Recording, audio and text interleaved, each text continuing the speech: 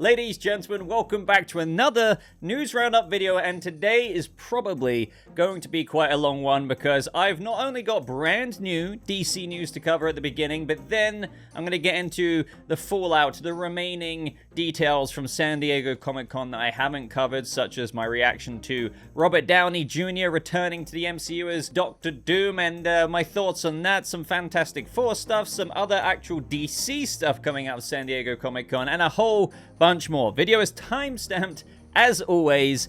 Go ahead, like this video if you do go on to enjoy it. Check out my Batman Caped Crusader no spoilers review if you haven't already. But first of all, in terms of brand new news in the DCU, well, Superman has finally wrapped filming, and this has really flashed beyond my freaking eyes. I mean, do you guys remember when we got the first peek at the crest on February 29th? And James Gunn is saying, and that's a wrap. God bless our cast and crew whose commitment, creativity, and hard work have brought this project to life. I set out to make a movie about a good man in a world that isn't always so much. And the goodness and kindness and love I've encountered on a daily basis on the set has inspired me and thrust me forward when I felt too spent to move on my own. Thank you all from the bottom of my heart. It has been an honor. The destination has been Superman, but the journey has been the toil and the laughter and the emotions and ideas and magic we've shared together on set. And for that, I am forever grateful. Photo from our first week of shooting in Svalbard, Norway. And if you guys remember, that's when they were shooting the scenes at the Fortress of Solitude. And it brings me back to the whole speculation of, okay, I wonder what's going on in that part of the film. Because when they were shooting the Norway Fortress of Solitude scenes, we know that not only was Superman there, but the engineer was there. We have Eve Teschmacher. We also have Lex Luthor. And we know that Lois Lane was there as well, even though she's not in this photo. But then you have a few others, such as James Gunn and Peter Safran himself. But that's not only it. We have some other funny things with relation to the wrap. David Corenswet himself uploading on Instagram, him stuffing his face with cake because he can do that now. I bet he's been waiting for this moment. You can only imagine how satisfying this is to him. But we have some other cool little tidbits here from some other members of the cast and crew who received some gifts, such as Alexei Dimitru, I believe is how you say his name. He is a makeup artist, head of department on Superman, and you can see that he's got his name there, as well as a unique Superman hat. But also, we have a little card, I believe that's been signed from David Corenswet, that was given to cast and crew, and it says Superman and, Earth's mightiest heroes with the new DC Studios logo there, and it's just like I guess like a little baseball kind of character collection card, if you know what I mean. But that's really cool because you get a little extra glimpse at Superman if we zoom in there with the little curl. But I'm hoping to get more and more stuff like this, actual promotion, since we're now officially moving into post-production. Now, up next in this video, we have some brand new news on the DCU Lanterns series, which has dropped today from Nexus Point News. And they say that production begins in January of 2025 in Atlanta, and that they are eyeing a notable name for Hal Jordan. So this is some stuff that we've heard before, some stuff that is kind of brand new. Obviously, this is a rumor. Take it with a grain of salt. It could get shot down by James Gunn, but it's important to note that out of all of the DCU projects that are in active development, Lanterns is one of those, like Superman Peacemaker Season 2, that is greenlit. So the production is way ahead of like whatever Waller is and,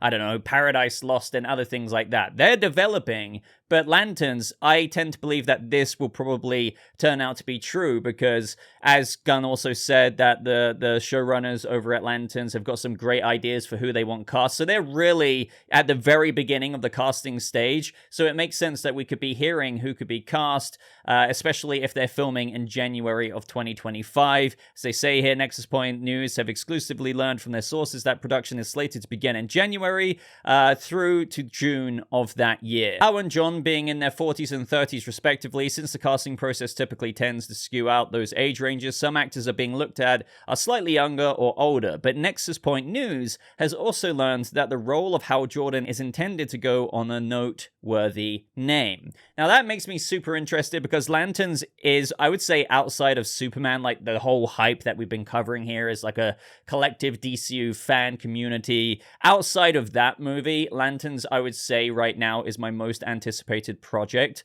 So I'm so excited for this, and it doesn't surprise me that they're going to at least try and get like a noteworthy name for Hal Jordan. And I do wonder who that could be. And I really do think that with the prestige of what they're trying to bring to, DC projects such as Lanterns, how it is true detective inspired, how it is going to be an HBO series in addition to simultaneously streaming on Max, just like the Penguin. This is like their prestigious platform. You know what I mean? They're going all out on Lanterns, so they're going to try and lure in some noteworthy names, maybe with a noteworthy paycheck as well, and talk them over to seeing if they want to play a comic book role. Because I know there's like a little bit of, I don't know if I want to say stigma amongst those noteworthy names in Hollywood, but since comic book movies have been out for quite a long time, I can imagine that some are slightly hesitant to like come on board, especially if you're like quite a noteworthy name in Hollywood. You need to really be sold on what this is. So it's going to be so cool to see who they get, especially if it is quite a noteworthy name to play Hal Jordan, because, I'm not saying the star makes the show, but let's not pretend as though if let's just say they got a pretty cool noteworthy name, that also brings a bit of a collective following and interest into the series in of itself, because people will be really excited to see said actor play Hal Jordan, the Green Lantern, in this new HBO Lantern series that they're swinging for the fences in terms of quality. And I don't know, that's all there really is to say about it, but I'm super hyped to be covering, like what we've been covering the past several months since February, potential set photos of Lanterns. One detail I almost forgot to mention here is that they say, although we've previously heard rumblings that the series is looking to shoot in the United Kingdom, we have heard that it will be shooting in Atlanta now. Maybe they were originally going to shoot it there, and we know there's a massive expansion going on at Leavesden, just kind of outside of the London area, but maybe they're thinking, okay, since it's still going to be in possible expansion mode, we're actually going to kind of shoot it over here. And obviously they're shooting quite a bit of DC stuff already in Atlanta, and maybe they're thinking, hey, like since it's worked out so well with the projects that we've already been doing, maybe we're just going to kind of do that over here as well, as it's maybe a little bit of a better fit. But ladies and gentlemen, the DC news does not end there, because it seems that we have our own DC Studios version of Tom Holland, in that of Xolo Mardueña, who played Jaime Reyes, the Blue Beetle in the Blue Beetle movie, of whom we know is getting his own DCU canonical Blue Beetle animated series, or is he now? Because he might be in a bit of trouble, but jokes aside here. So, I don't know if you know this already, maybe you do, but during an interview with My Cosmic Circus at GalaxyCon, Xolo Mardueña confirmed that Kumail Nanjiani has been cast as Booster Gold. So, I believe this, like, in terms of, I don't think it's just a thing that he heard, and he was like, oh yeah, he's probably been cast because he saw the headlines as well. I think it may be that kind of situation like we've had, I mean, in my time covering stuff like this on YouTube, sometimes siblings, I mean, an example is Barry Keoghan's brother posting to Facebook after seeing headlines of outlets basically being like, oh yeah, he's probably the Joker. He thought it was already out there, so then he did that, but then he had to delete it. So I think it could be a thing where Xolo Mardueña saw similar headlines and was like, oh yeah, this is something already new. So like, yeah, he has been cast. And for those of you who may be getting confused with regards to, but I thought James Gunn maybe debunked it, because somebody asked him after that initial news, they said, hey, has anyone been officially cast in any projects that isn't like in greenlit development just yet? And Gunn basically said no, which led people to believe that the whole Kumail Nanjiani thing was false. But I said, believe it or not, and you guys may remember this from, was it my previous News Roundup video? But I said, don't necessarily, like, it's a bit of wordplay with Gunn in a way that he's not lying, but it really does adhere to the whole idea of basically, it is maybe true that Kumail Nanjiani hasn't been officially cast in terms of signing the dotted line. Like, so nobody, as a result, has been technically officially cast on Booster Gold, a project that's been in active development and not technically greenlit in the way that, you know, Superman, Peacemaker Season 2, and Lanterns has been. But that doesn't mean that they haven't known who they've wanted their Booster Gold to be. And I also brought up receipts way back into January of 2023 in where Gunn said that they're already talking to an actor about Booster Gold when they literally announced the whole DCU. Now, again, that didn't mean he was cast back then, but they were talking to an actor, so this all ropes back around in a full circle to my speculation of how they've known who they wanted as Booster Gold. It was probably Kumail Nanjiani way back then, but you can't say he's officially cast because he hadn't signed the dotted line. You get what I'm trying to say here. So the fact that Sholomar Duenia confirmed that he's playing the role, I think cements what ideas I had about this whole situation going into it. Sure, there could still be an argument that the way that this interview is being interpreted, that Sholomar Duenia heard the articles and just thinks that he's cast, but I'm just going to go out on a leap and just say that I think he already knew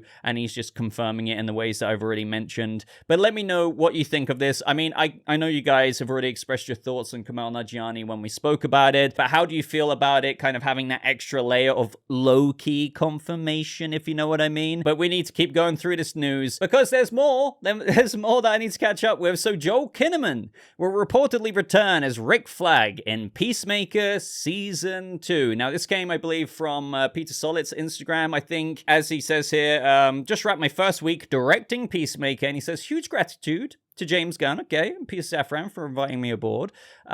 This is one exceptional cast and crew. And who does he thank? Well, John Cena, Daniela Brooks, Steve Agee. But if you keep reading, oh wait, has he edited it? I think he edited it. It basically, he tagged Joel Kinnaman. And, oh wait, he did edit it. It says edited there, so I just brought it up again. But if you didn't know already, yeah, it said Joel Kinnaman there. And I think he did a little bit of an oopsie because Joel Kinnaman, we now know that he's coming back. Now, I know some of you are thinking that because it's like some strands of canon from the DCEU's continuity is being maintained in Peacemaker Season 2, that doesn't mean that everything is. So some people are speculating, oh, he could now be alive. I really don't think that's the case. We basically know that's not the case because we know that Rick Flag Sr., played by Frank Grillo, has, advertised quite a bit on his Instagram that, oh yeah, Peacemaker killed my son and I'm coming for him, when basically gearing up to play his role in Peacemaker Season 2. If you didn't know already, he's starting off in Creature Commandos, a canonical DCU series, which we've got the trailer for now. Check out my reaction and breakdown. And then he's going to go into Superman, reprise his role there, and then he's going to reprise his role in Peacemaker Season 2. His whole thing in Peacemaker Season 2, from what we know already, is avenging his son in some way, shape, or form. And since we know that Peacemaker kind of is a bit tormented by ghosts, and that's a thing in the comics, and they brought that to fruition with his father at the end of the series, and where his father appeared to him, well, I think he's going to be tormented by Rick Flag, who died or who he killed in the Suicide Squad movie, which will, as we know, be a strand of canon that's maintained from the DCEU, the Suicide Squad film. But it's also possible that maybe Rick Flag Sr. wasn't a great dad, and maybe he's going to kind of be tormented by his son. I don't know. I think it's probably more likely that even though Peacemaker didn't hallucinate or see the ghost of Rick Flag Sr. in Season 1, because you could argue, why didn't he? Well, now there's a bit more motivation to be tormented by that, right? Because if you have the father of the guy that you killed coming after you in Season 2, that brings it a lot more to the forefront of your psychology. So that's probably maybe why it's happening. So I don't think Joel Kinnaman's going to be in it a whole bunch, but he's probably filmed several scenes that, are easy to do and sprinkle throughout, maybe even several episodes, tormenting Peacemaker. And I'm very happy about that. I'm a big fan of Joel Kinnaman. He's an incredible actor. Loved him in the DCEU, but I also love him in For All Mankind. Shout out to all of those who watch him play Ed Baldwin. But yeah, very interesting stuff. We'd love any thoughts and theories about that. Now, up next in terms of DC Studios news, we also have James Gunn. This is a couple of days old now, but he released his video at San Diego Comic-Con that played right before the DC logo reveal. So just in case none of you have seen that, I'm going to play that right here for you. Oh, hey, there's one more thing I'd like to share with you. From our earliest days at DC Studios, my partner Peter Safran and I have been laser focused on bringing the traditionally distinct worlds of DC film, TV, animation, and gaming into alignment under a single banner. Peter and I knew we needed one logo that would bring us all together. We knew it needed to be something that was immediately recognizable, something that honored the comics, the legendary writers and artists who inspired everything we do, including our own Jim Lee, of course, not to mention the generations of passionate and extraordinary DC fans. We needed a logo that pays honor to our past and now signifies our future, ours and yours. Thank you for your support over the past year and change. I can't wait to show you all what we have in store for you. we promise to put every ounce of our hearts and souls into honoring the legacy of Superman, of Batman, of Wonder Woman, and of all the DC Comics characters. And I promise this logo will be a sign of the love and passion and respect and hard work that goes into those creations. So now I have the distinct pleasure of showing you our DC Studios logo. I can pretend we worked long and hard on figuring out what that was, but the truth is we knew exactly what we wanted that logo to be from the moment we took charge of DC Studios. If it looks familiar to you, well, you might very well be a DC fan. Much love to all of you and have a wonderful con. So I really loved hearing that because from what I can gauge, people are really happy with this logo. As Gunn himself said, this logo will represent the love, the passion, the commitment, the respect to what they're going to uphold as the DCU unfolds with all of its Diamond characters and other characters and whatnot. So I know we've already talked about the logo in previous videos when it was first announced, but let me know any updated thoughts you have. But we also have some fans out there, so shout out to That's Just Joe for doing a little kind of the Batman version of the logo. So something like that could roll before that of the Batman movie or even Elseworlds project. But I love seeing like the Batman version of it. And I might even use that in my future Batman videos. Now, also, something awesome that I haven't spoken about yet is the Superman and Lois San Diego Comic-Con glimpse they gave us. So we got a trailer before Comic-Con, but at Comic-Con they gave us that little sequence of the Superman versus Doomsday fight, and it was great.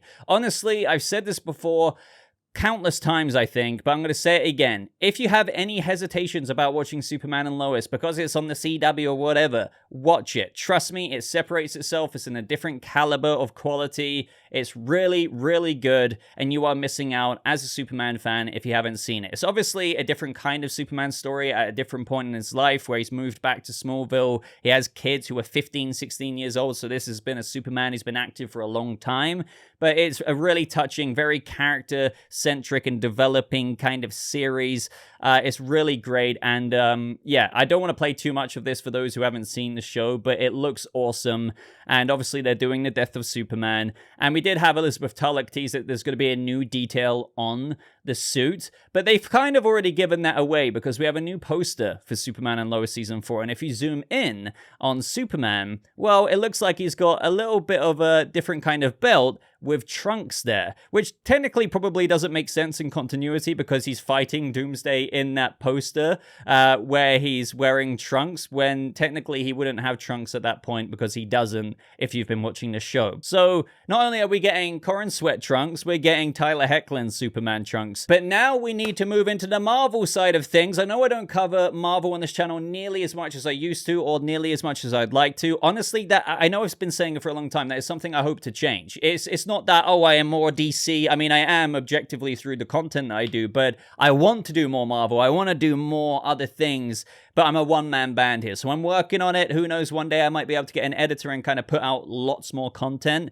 But here is my reaction to some of the things that we got at San Diego Comic-Con. So we did obviously get the Fantastic Four footage shown there. We have Reed Richards being a science teacher as discussing film or recapping here. Shout out to them because they did a lot of recaps from the panel with the Thing on a retro dating show. And the Fantastic Four go to space and encounter Galactus, who seems to be a bit of this, as described, cosmic entity. I know a lot of people are like, why is Galactus like that? He seems to be like a cloud in the stars and stuff. I don't mind innovation. Plus, this is just kind of like one interpretation of him, maybe projecting himself, or, I mean, we all know how bloody powerful Galactus is, so I'm not really looking into that, being like, why is he like that? I'm sure when you see Galactus physically, it will be, adapted in the way that everyone expects. This is more of just like, Galactus is appearing, kind of like how, I guess, Jeffrey Wright's The Watcher did amongst the stars at times. But we also have details of how, obviously, the title is called The Fantastic Four First Steps, and how do we interpret that? Because one way could be teased, as Discussing Film said here, that Fantastic Four will not be an origin story movie. Let's just start this thing off on a completely new foot. So we are beginning just after they got their powers. So I think it could be that way. I know, obviously, with the retro futuristic vibe of this other kind of, it's not obviously Earth 616, even though they're going to come into that eventually. But the first steps would be them in the 60s going out into space. But I think it's like symbolic of all kinds of things. Yes, they may have already kind of got their powers, so it's not quite an origin story, even though it's pertaining to their origins at the very beginning of when they got their powers. But there's like the first steps maybe out there into space, how they maybe, or well, they will encounter Galactus. So I do like the idea of that. It's not like, hey, right, we're going to retell an origin again. It seems to be like what a lot of comic book movies are doing these days. When there's somewhat known characters that have had movies before, whether that's the Batman, not an origin story, but pertains to his origin, whether that's Superman. David Corenswet isn't starting off as Superman, but it will pertain to his early days and his first steps. And now Fantastic Four. I personally like how more projects are doing that because it's not something that needs to be rehashed, but you can sprinkle origin aspects in there while also kind of hitting the ground running in various ways as well. But I need to stop like stalling now. I need to talk about Robert Downey Jr. as Dr. Doom. So one thing that's fascinating about this one is that there's kind of like a divide, or maybe there's three ways. There's people who are like roaring as they did at the panel at Comic-Con where you had all those Dr. Dooms, and then the Russo brothers introduced only one actor that could play Dr. Doom, which also rubbed people the wrong way because it's like, well, not really, because, you know, you could have cast a Romani actor, so like really there's not only one actor who could play Dr. Doom, but I'm sure it's just like the way they were trying to introduce him in a cool way. But they brought him out, and then he revealed himself, and it was Robert Downey Jr., and the crowd went wild. And I have to admit, in me, I was a bit like, oh, okay. But then, like, you have the second option of people in where it's like they are not knowing how to feel about it. You kind of like it for some things, but you're kind of like, oh, but there's this other aspect to it of which we're about to dive into. And then there's the third group of people who just really don't like this, straight up. Now, for me, I find myself torn between all three options. And that's because of several reasons. Like, I'm trying to think what they're doing and why they're doing it. And sure, there's some clear reasons as to why they're doing this. But again, the more you look into it, there's some parts of me that doesn't blame them in one way.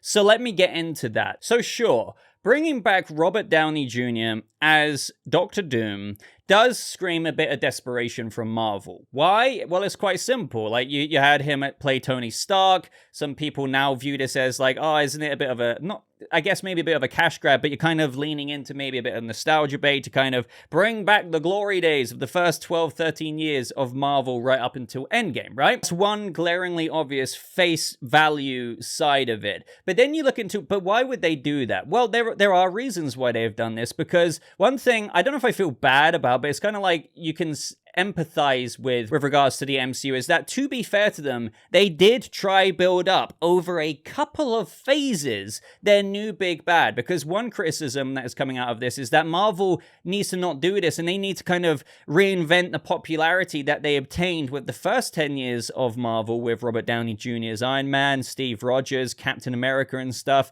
We need another version of that. So going back to it, it's kind of like a snake eating its own tail. Like, sure, you might, you know, put some fuel on the fire, it might burn for a little bit longer, and some fans, the general population, might come back to the movies to see him play Dr. Doom, right? There's going to be a lot of people who don't care and don't talk about this like us and go see it anyway, but will it only flicker for so long? They need their own reinvention to like crown themselves as popular, like get that win off of their own back. But I say to that, well, they have, like, let's not pretend that they didn't try and do that. They were building up Kang over a couple of phases. We had Loki season 1, and then there was all this stuff going, like, it was a slow bridge. They were trying to build it up, and then sure, don't get me wrong, they had their own hits and misses. I mean, just look at Quantumania. But then you also had the whole thing with Jonathan Majors go down. So like they were, to be fair, objectively trying to build something up and not bring back Robert Downey Jr. But then things turned into an absolute clusterfuck of a mess, to the point of where we obviously had Avengers, the Kang Dynasty coming out, and now that's been completely taken off the board, and they're now diverting back to, okay, well, shit, what can we do? Oh, let's bring Robert Downey Jr. back as Dr. Doom. So I'm not making up excuses here. I'm just trying to figure out why they're doing this and give some understanding to it. And sure, you could have said that you could have recast Kang, this, that, and the other. Those are valid points as well. But all I'm trying to acknowledge is that they have tried to go down that route, and obviously it wasn't working. And to, you know, put the cherry on the cake, you had the whole Jonathan Majors thing basically really screw with the whole situation anyway. So what option do they have after that? Sure, they can recast, try and recover from something that just was middling anyway. Like, fans weren't so interested in Kang. It wasn't working out as much as what they wanted it to, with the idea of the whole point being to recreate the popularity of the first 10 years. That's the ideal situation, right?